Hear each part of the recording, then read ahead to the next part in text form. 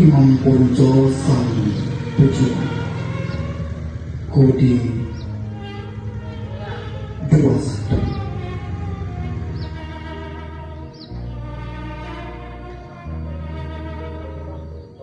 Tuanku,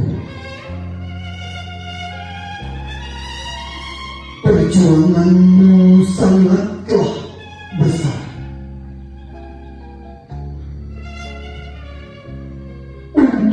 Membela agama dan tanah airmu.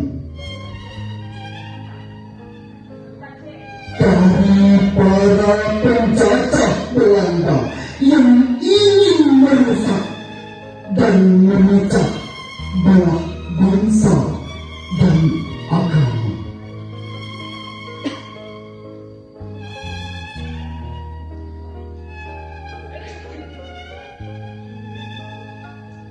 Tuanku,